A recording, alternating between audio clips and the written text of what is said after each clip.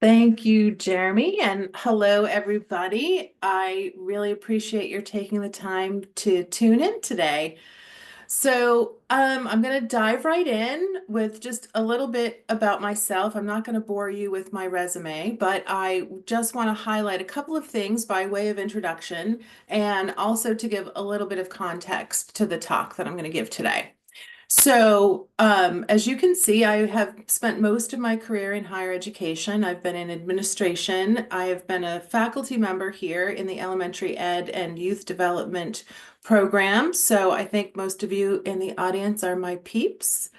But I also teach in the English department here in the communications department. And I'm also an instructional designer, which is largely where this talk comes from today. And I've done that for clients from kindergarten through the corporate world.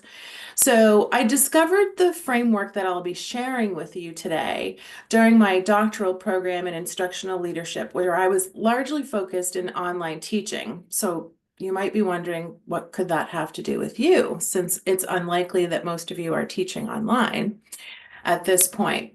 But it's true that the idea for this presentation did come out of my work with faculty who were transitioning their courses from on-ground courses to online courses. But it didn't come out of our conversations about how to teach online or how to prepare a classroom online. It came in our conversations about this framework that I'm going to talk about today. And when we would talk about it, the faculty members would have revelations about how it impacted their face-to-face teaching. And so they would make plans to incorporate some changes to their face-to-face teaching. So while the theorists responsible for the framework clearly were thinking of online learning and online learning communities when they designed the framework, the core concepts, which we're going to talk a lot about, of cognitive, social, and teaching presence can be applied to any facilitated learning experience in any format. And in particular, I think it's really a very helpful lens for when we want to talk about how we use technology in our classrooms and why we use technology in our classrooms. So I want to share a little bit of information about technology in K through 12 classrooms, but first I want to sort of take a little bit of a temperature in the room and find out what your thoughts are about the technology in your schools. So if you have a cell phone nearby, if you could take that out and open your camera or your QR scanner app and just scan this QR code, this question should come up and you can answer it right on your phone, and we should see live answers as you do that. So two questions that I'd like to ask. The first one is, how would you describe the amount of technology available to you in your school? So ranging from no technology to not quite enough technology to a lot to overwhelming. So I'll give you a few seconds and let's see where we end up here.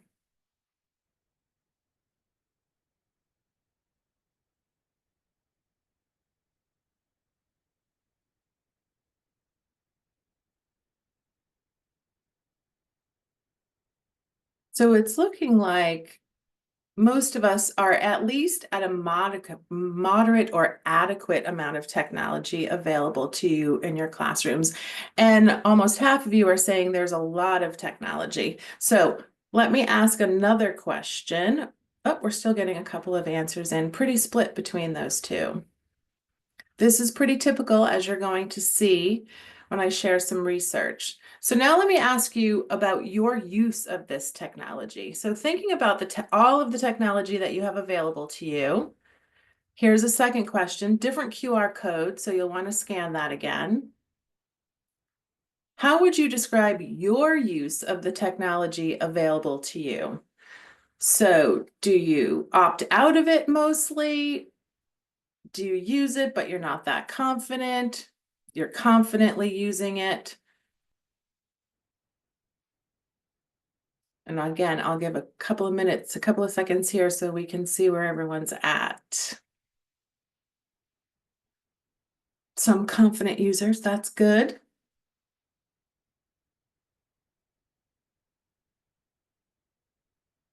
Well, good to see. Okay, so I think you're a little bit ahead of your peers here. Um, and there we go. So I use at least some of it, but not as effectively as I like, and I use at least some of it and feel pretty confident. So everybody's using a bit of it, and some folks still feel like there's a way to go. So I think you are pretty much in line with what's going on in the national scene right now, where we've really gone from a lack of technology, where we're talking about technology a lot, but didn't have the technology in our classrooms, to, in a lot of cases, technology overwhelm, because it can be a little exhausting, especially those of us who went through the pandemic teaching, right? That was quite an experience. And of course, that is where a lot of this technology came from. So during COVID, we wanted to keep as much learning as possible going. So capitalism, like it does, rushed in to fill the void and flooded the market with educational technology during that time so that we could be communicating and helping our students during the pandemic. But this is a quote from a woman who is CIO of the largest school district in Maryland, and she described that time as the Wild West and said school districts were flooded with different kinds of ed tech in an emergency situation, and a lot of relief money was pouring in from the federal government. Relief money, which you can correct me if I'm wrong, but I think dried up just last month. So we've had this influx of funding all this time to just keep adding more technology. So she says, when the dust settled, the question was, now what do we do? We have all this technology. Uh, Oops, there we go. So how much technology do we have? This is a report from Instructure from this year, 2024. And I'm only showing part of it right now. This is showing you the average number of ed tech tools used in school districts throughout the year. In the 2018-2019 school year, it was an average of 841 different technologies used in school districts. That's kind of a mind-boggling number in and of itself. But look what's happened in the interim. So this massive influx in COVID, we can see in 1920, 2021, where we more than doubled what we were doing, all the way to this year or to last school year, actually, where we have more than tripled the number of technologies available to us in our school districts. So quite mind-boggling with so many technologies and devices being used in our schools.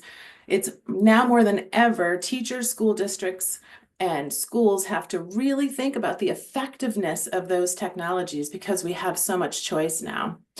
And here's an important problem. So this is from a opinion piece in the New York Times from April of this year, and the author describes an important issue I think that's going on. She says, in recent years, tech companies have provided their products to schools either free or cheap, and then schools have tried to figure out how to use those products. So many of you are probably familiar with the UBD model, right, of designing curriculum, and this is sort of what she's talking about. She's saying we're kind of doing this backwards. We are starting with the technology and trying to figure out what to do with it instead of what UBD would tell us to do, which is switch that around and think about what our end goals are and then figure out what we need in terms of technology. So she says, wherever that dynamic exists, it should be reversed. Districts and individual schools should first figure out what tech would be most useful to their students, and then acquire the technology, the laptops, the tablets, and the educational software to go with it. So here's my thing. The technology itself is the shiny object that we follow around, right? So I'm not going to try to sell you any technology. I'm not going to try to convince you to use more technology. I'm not even going to recommend any technologies to you today, unless you want me to. I do have one link at the end. But don't get me wrong, there have been lots of developments in what we know about neuroscience and how we learn, and many of these latest technologies are really leveraging that. So they're really great in that they're leveraging that kind of science behind what they're doing. And I'm definitely not saying that educational technology is bad. Remember, I come from an online learning sector. I'm really pro online, but it's not automatically good either. So this is my mantra. It's not the technology, It's what you do with it. And that's why this talk is designed to give you a new way to think about how and why you use technology at all. And this is the framework I'll be talking about. It's called the Community of Inquiry Framework, and it really helps us to think through what we're doing with technology and how we make it, importantly, pedagogically worthwhile, so that we're not just using technology for technology's sake because we have it.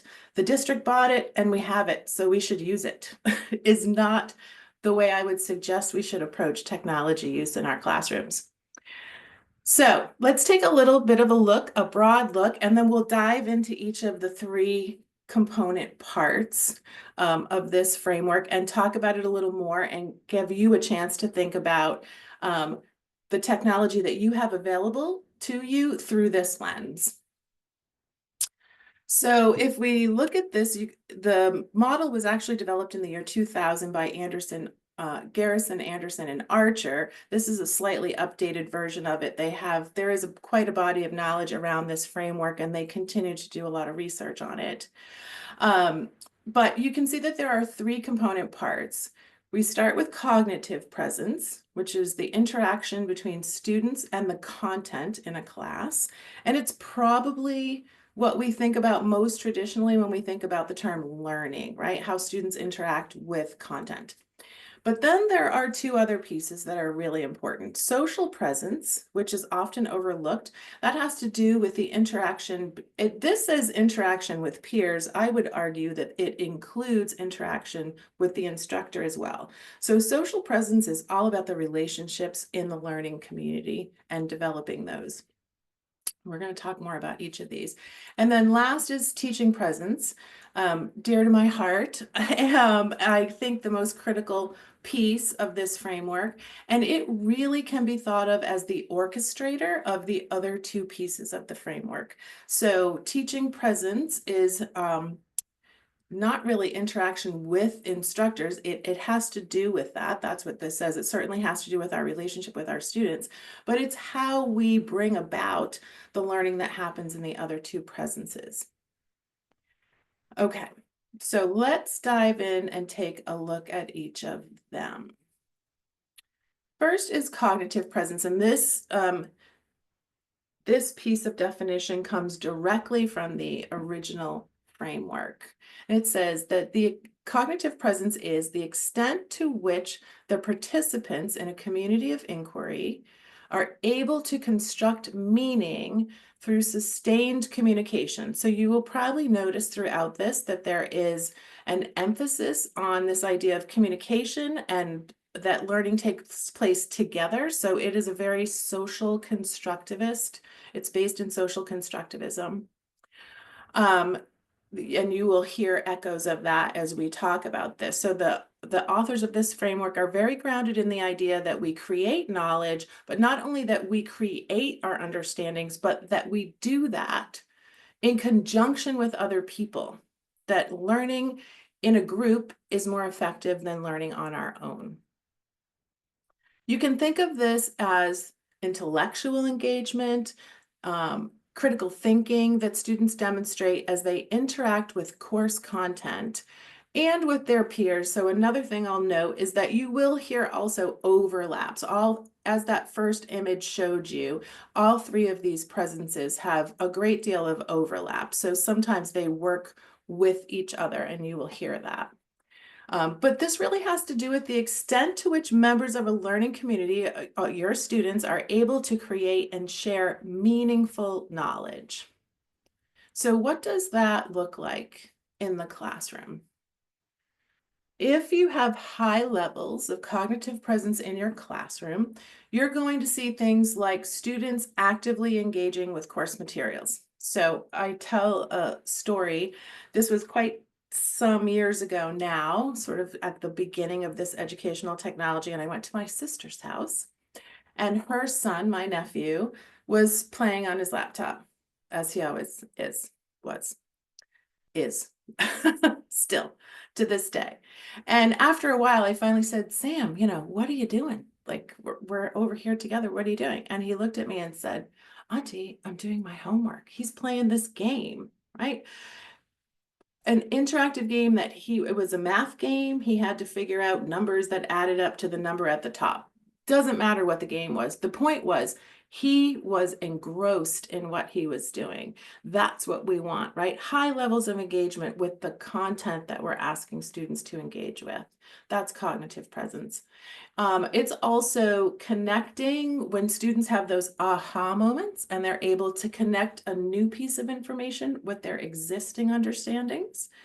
We all aim for those aha moments in our classrooms. That's cognitive presence.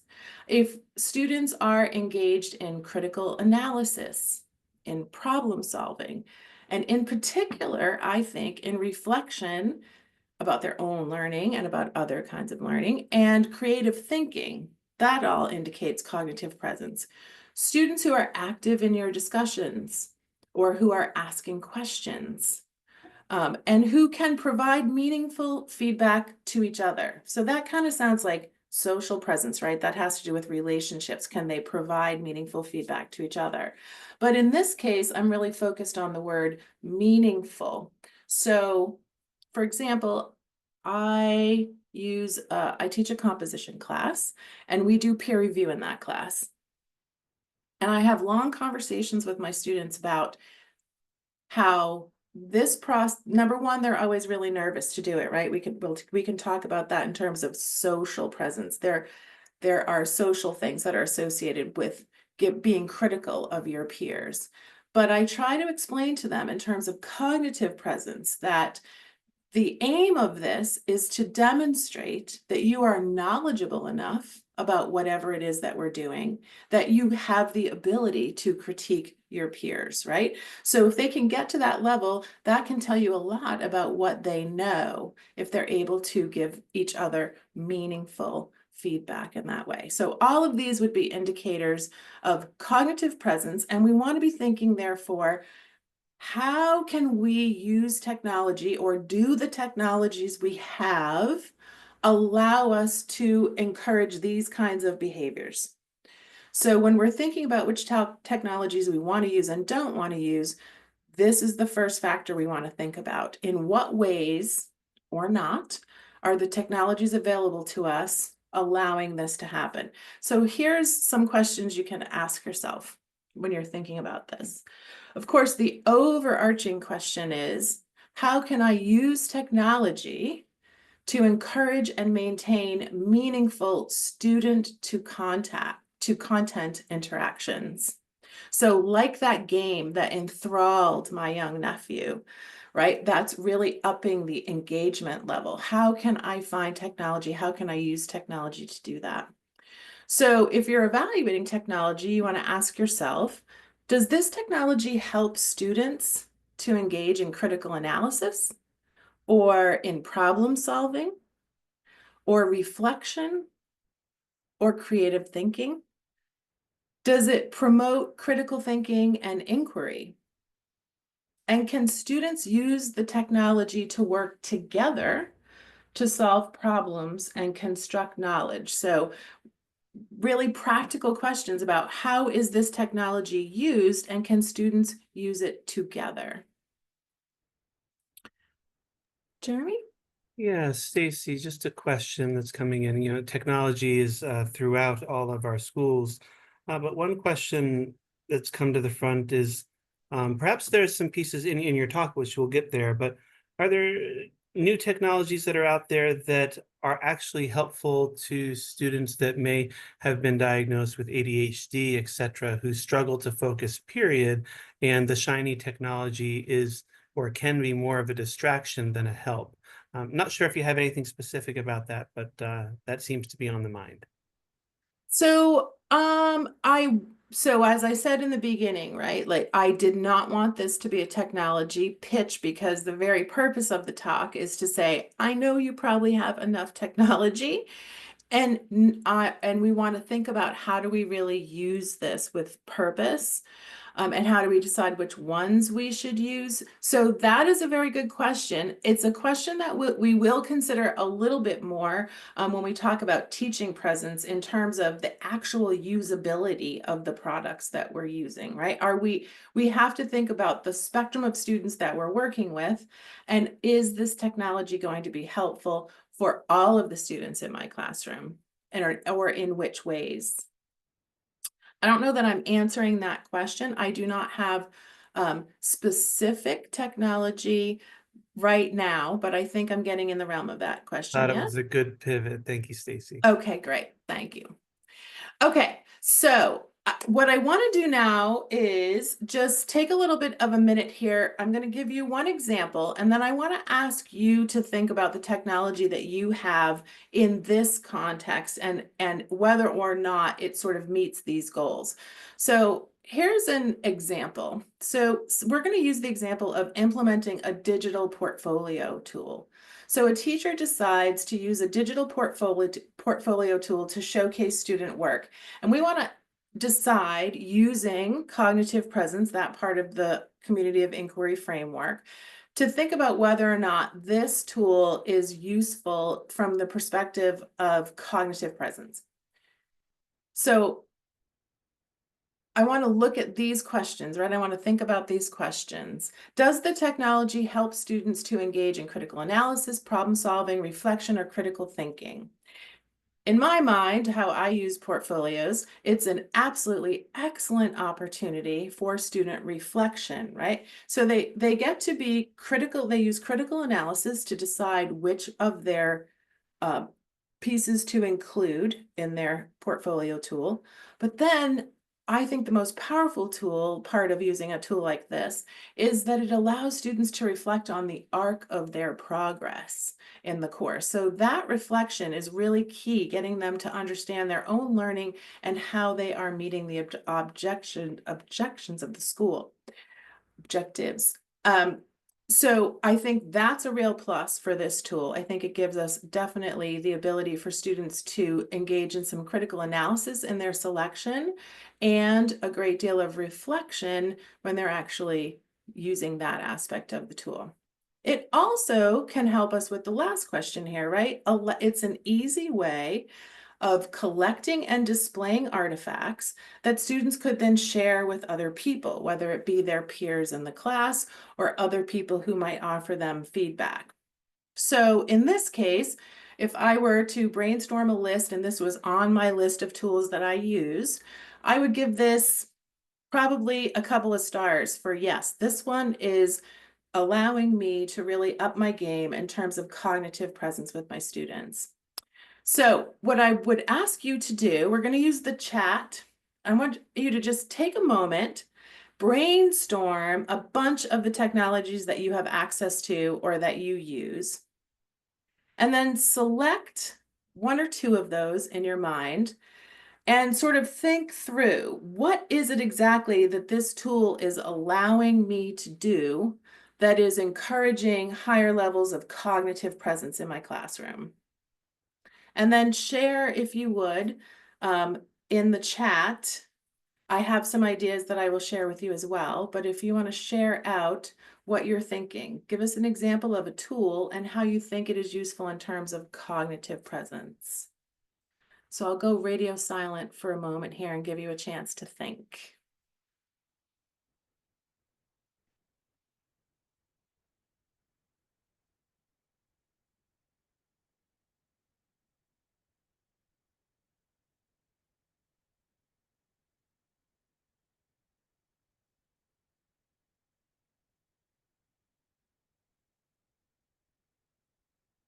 And you can brainstorm any kind of technology that you're using, because you'll be able to see that you can, if you can't evaluate it well in this dimension, there may be another dimension that it's strong in.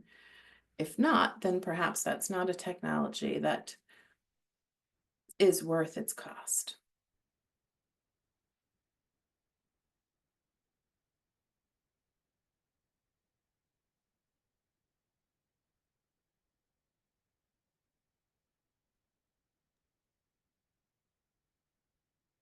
We might have a number of shy folks in the chat, but we do have a question that came in, perhaps in the interim, if that's all right. Oh, here we go. I think people just needed a little time, but yes, There Jeremy, we go. the question? Why don't we go with the chats that came in? Okay, Sorry about that. sure, no problem. So, what do we have here? Currently teaching Title I math, do a lot of hands-on math, but I do like them using their school Chrome in that they work through my path at their own pace and increase their skills as they are able. So I'm assuming this means I think you're using my path is a specific program. So this sounds like something that allows students, so here's a bonus, right? It allows students to work at their own pace. So as a teacher, you can be attending to students, right, who are maybe behind other students and being able to assess that. So that sounds like that is definitely allowing students to have this cognitive presence. Sight reading factory, excellent. Online, yes. I can choose every level and element from very beginner to advanced. I project the examples on the board so people can see. Graphing calculators allow students to graph without effort. So they can put their effort into analysis and critical thinking. Oh, these are important items that we're going to talk about more too when we talk about teaching presence and how we can make the tasks that can be easy, easier. It definitely raises the level of engagement. You're right.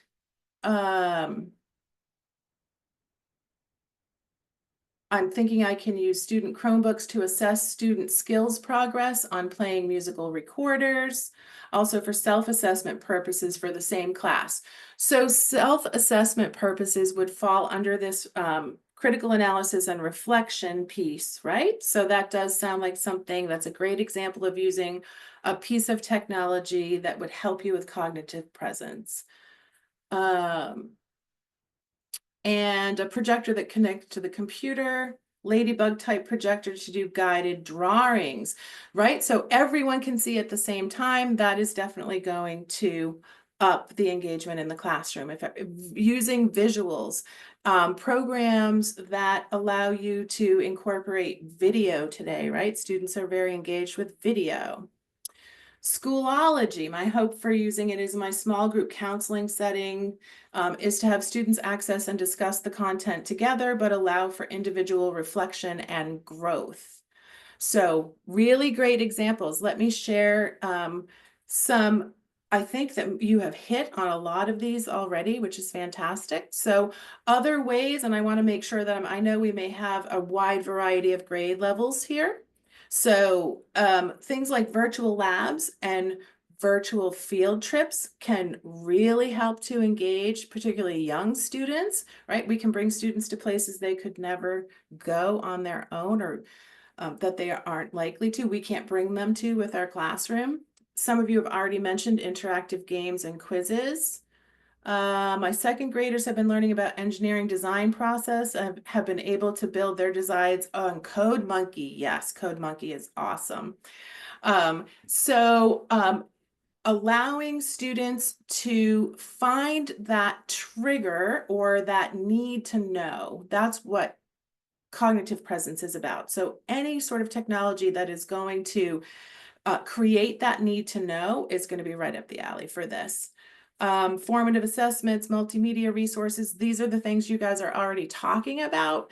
Performance-based assessments, that was the music teacher I think we were talking about, and even maybe the art teacher example there. And peer assessment, which we will talk a little bit more about in the other sections. Although I will offer that for peer assessment, sorry, I'm going to move on actually because I'm noticing the time. Yeah, simulations.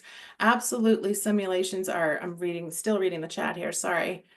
Navigating both. Simulations are an absolutely great way to pique students' interest and create that need to know so that they're engaged and ready for the content that's going to be coming at them. Okay, so these are all the sort of typical things. These are things you've probably thought a little bit about before already when you're looking at the technology that you're going to use. So let's move over to social presence and explore this, because this is oftentimes more overlooked in terms of this framework, and I think so important to the classroom.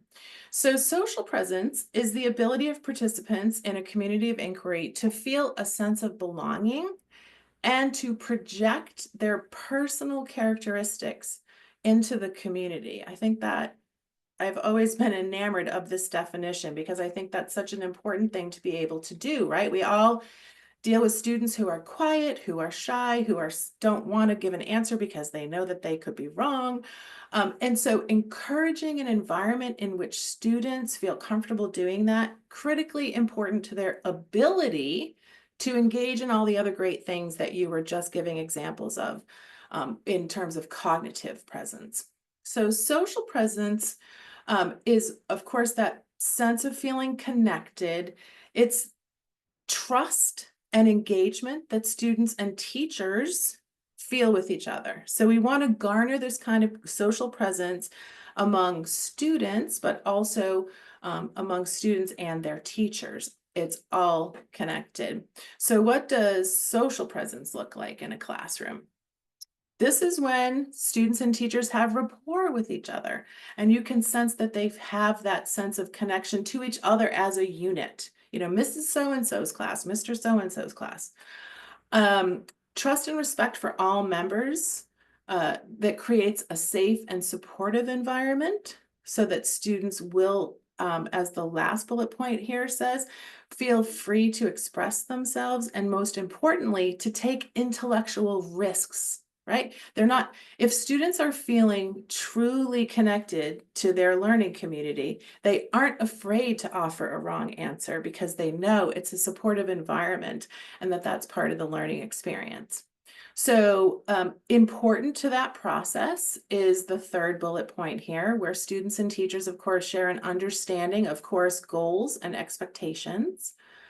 And then creating a place where students feel safe and comfortable so that they can actively participate, ask questions, and importantly, provide feedback to each other. So as I said at the beginning, and I'm sure all of you know, students are often very reluctant to critique each other because of all the social aspects that go along with that. But if we can let them feel comfortable and understand that that's part of the learning process, then we have social presence really revved up, and that's where learning can really take place.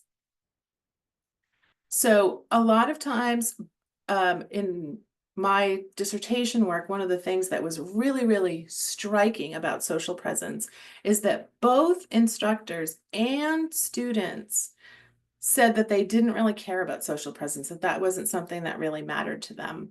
But in the end, when things didn't go well, it was the thing they point to that they say was not working for them. So I think we tend to overlook this, but we should not. We have to make sure that we are creating that proper environment for them to be engaged.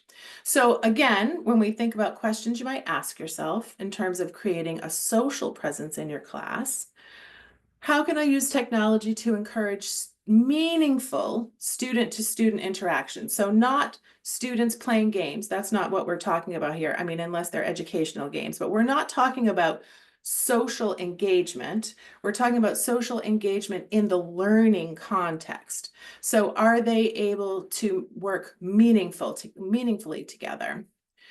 So in terms of technology, we want to ask ourselves things like, does the technology help students feel connected either to each other or to me? So a really perfect example of what I'm talking about, I think, when I first started teaching online, and this is an example of this, I started using something I call a personal learning journal, which is a really simple assignment. And all it does is ask students to reflect on their learning over the course of the week. What was their one biggest takeaway? And the only other question is, how are you doing as a student and as a human? And For me, as an online teacher, that was a real lifeline because, of course, I'm not seeing my students. I teach asynchronously. So that was super important for me to have that connection. But what I have found is I have carried that over into my face-to-face classes as well. And oftentimes, most of the time, if I'm honest, I find that that is a place where students will share things with me that they would not share publicly, that they would not even vocalize to me probably. But because I think of the anonymity, not anonymity, right, but the distance in writing something down that is submitted to me is different from having to say that out loud. And so that is a way that, number one, I'm asking them to reflect. Neuroscience would say if you reflect on your learning and bring all of that up again, that it helps you to remember that information. So I am asking them to reflect. And then I'm asking them, how are they doing so that I am aware of what is going on in their life and maybe why they're not performing to the level that I would be expecting or why they're having some issues. So there's just an example of a technology that can help students to feel more connected to me because they're sharing that information with just me. Does the technology promote active participation in my class? Is this something passive where I'm just giving, the technology is just presenting information for students, or is it something that they can actively engage in? Does the technology help them to express themselves and their ideas? So remember, one of the important parts about social presence is that students are able to project their own personalities. They can be themselves, express themselves in the learning environment. So does the technology help them to be able to do that in some way? And then lastly, can students use technology to work together? Again, so you'll notice this question comes up again. We talked about overlap. Can students use technology to work together to share ideas or give each other feedback? I see you over there, Jeremy, with a question. Yeah, Stacey, we have an attendee from the Philippines, and they have an interesting question. The question is, social media is used there in the Philippines for communication. And would social media use be more of a harm or not coming from a classroom setting? Is that appropriate or is that conducive to learning, perhaps, is the question. I think that is a great question. And social media is actually an example that I have coming up that I'll share. So I think there are positive and negative aspects of social media, right? As a teacher, I feel torn. Personally, I feel one way about social media. From a learning perspective, I feel differently about it. Um, but there are opportunities, particularly to use group sites on social media. So students can be interacting with the outside world, but doing that together as a group in a way. I think that is a very productive way to use social media. Of course, I say that with all the caveats of, having to have those conversations with students about the kinds of information that they're likely to find in social media. So I think that's a question with many different answers, but I definitely think that there are ways to use social media in pedagogically meaningful ways, for sure. Good question. I wonder if that person has, if you have a specific question or example that you want to share, I would love to hear that.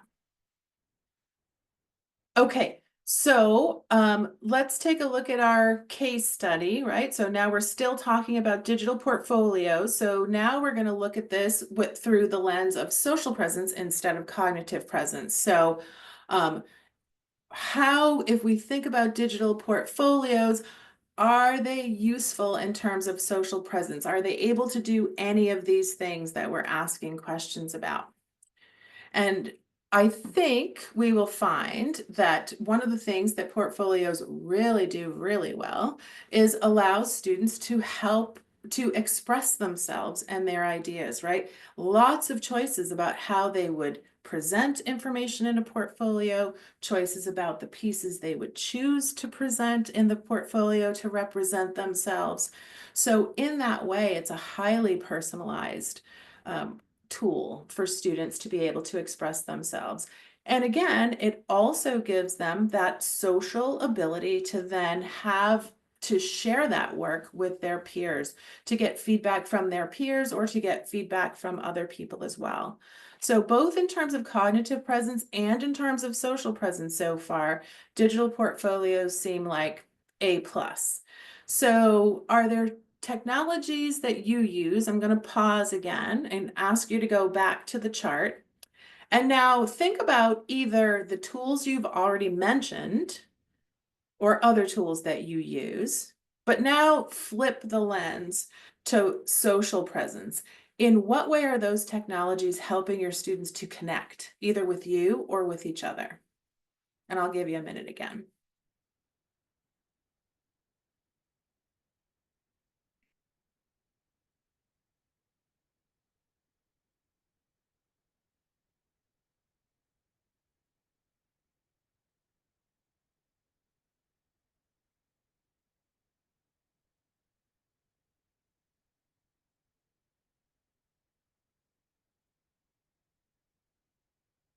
Padlet, one of my favorites. Padlet is a great way to share ideas and allow students to make connections and allow students to share. Yeah, allow students to provide content.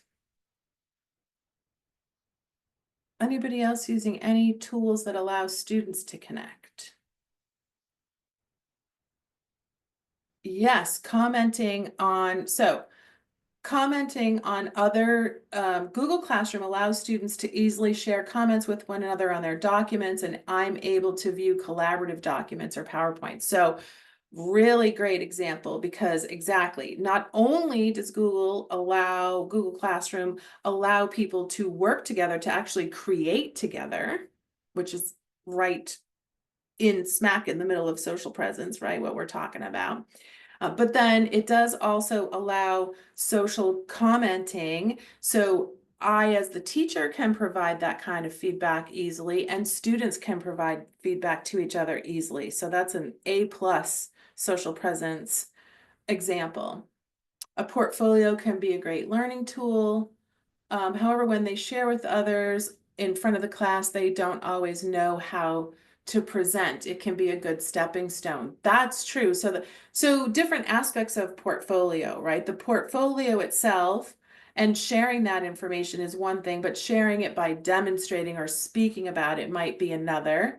But if they're all doing it, what I have found in my classes when I do peer review, for example, what I was going to mention before, that students crave seeing how other students have approached a project, how other students have approached a question. And so this is very social constructivist based, as I said, right? Like that's where it comes in, that by my looking at how other people are doing something and from multiple perspectives, I can understand better what I should be doing, or understand my own view on this by contrasting it and comparing it what other people are doing. So I will say, as I said at the beginning of social presence, I am not surprised to see far fewer examples here. And it's something I would ask you to really think about. What technologies do you have available to you that might allow students to connect in this way, where they might be nervous to speak to each other at first in front of each other? Are there ways that they can use technology to communicate with each other? So I'm going to share an example some examples because I know the first one here is asynchronous discussions. Probably not something that you think about on a regular basis in a classroom-based K through 12 classroom, right? But asynchronous discussions can do exactly what we're just talking about here. They can get students engaging with each other without the added pressure of having to talk about it out loud to each other. So they can participate in a discussion and put their ideas out there with some sense of anonymity, even if their name is attached to it. It's not quite the same as having that conversation in a classroom.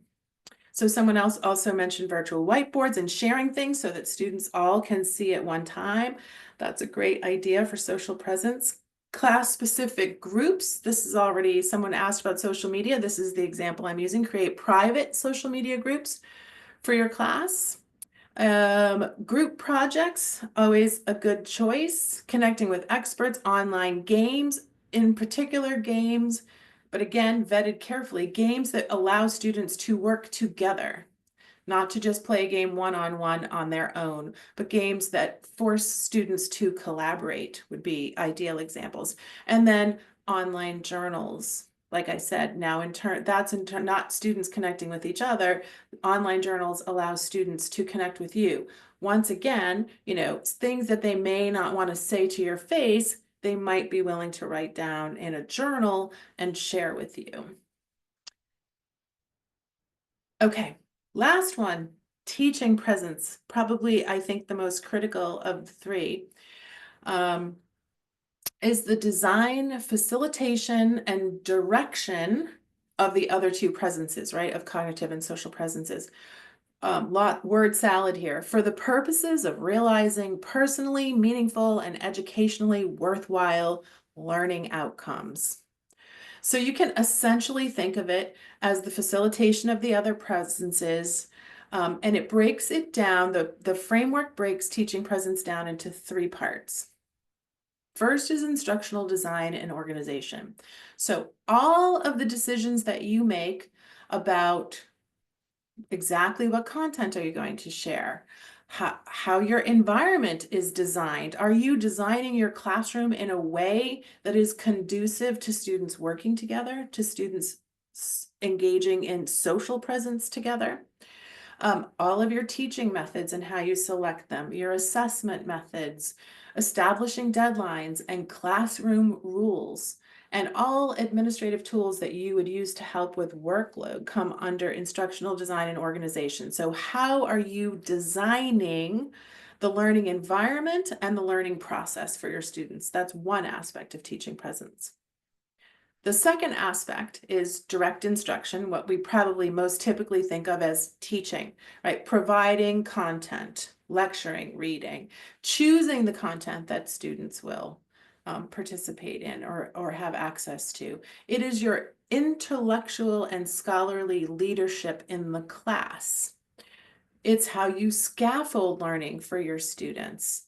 It's how you diagnose misperceptions and redirect students. And it also very much has to do with providing prompt feedback. And then the last part of teaching presence is facilitating discourse. So this is really where it's facilitating the social presence, right? This is your interventions for learning, like identifying areas of agreement or disagreement when students are working in a group. Reaching consensus, helping students to reach consensus, helping students to reach understanding, encouraging and acknowledging student contributions. And from my perspective, I think what's really important about facilitating discourse in a class is to always be keeping in mind to keep a balance between how you communicate on an individual level with students, so one-on-one, you and individual students, how you communicate with small groups. So when students are doing group work, are you making the rounds and are you helping them to diagnose misperceptions and redirect their learning? And then what are your communications like with the whole class? Your interventions and communications with the class as a whole, so students feel connected to the entire classroom. So really be thinking about how you are managing your interactions and interventions in terms of balancing out individual, small group, and whole class. So teaching presence is a little different than the other ones. The overarching question, of course, is how can I use technology to encourage and maintain meaningful student-teacher interactions? But remember all those other aspects of teaching presence we just talked about. So this has to do with things like, is the technology user-friendly and accessible for all students? This goes back to an earlier question that we had, right? If you have students who struggle with the technology in the classroom, that you have to take into consideration whether that's an appropriate tool.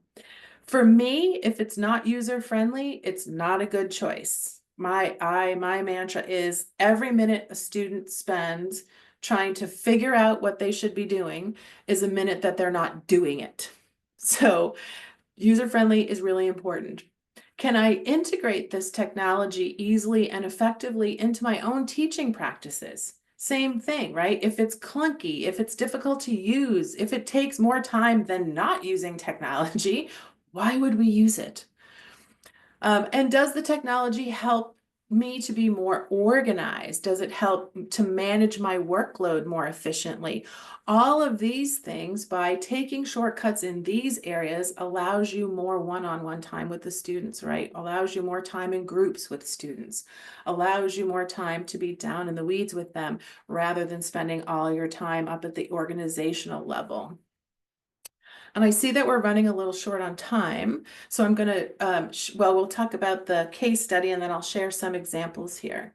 So actually we'll do this. Can anyone think of how a digital portfolio tool would be helpful in terms of teaching presence? We've looked at it in terms of cognitive presence and social presence. How might it be helpful in terms of teaching presence? If you want to offer your suggestions in the chat.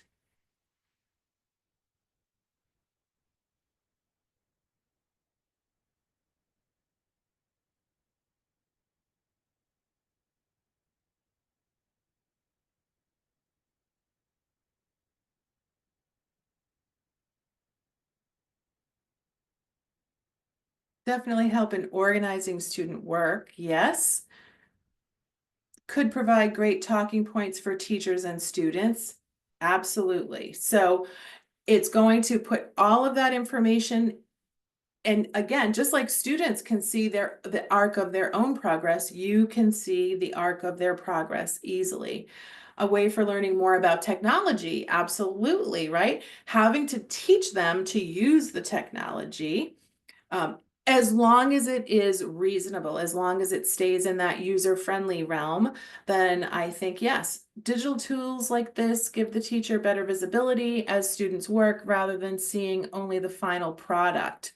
Yes, again, so a great way to be in tune with their progress from the very beginning. And it's just organizationally, as Tim's, I think, oh, now they're going by fast. Sorry.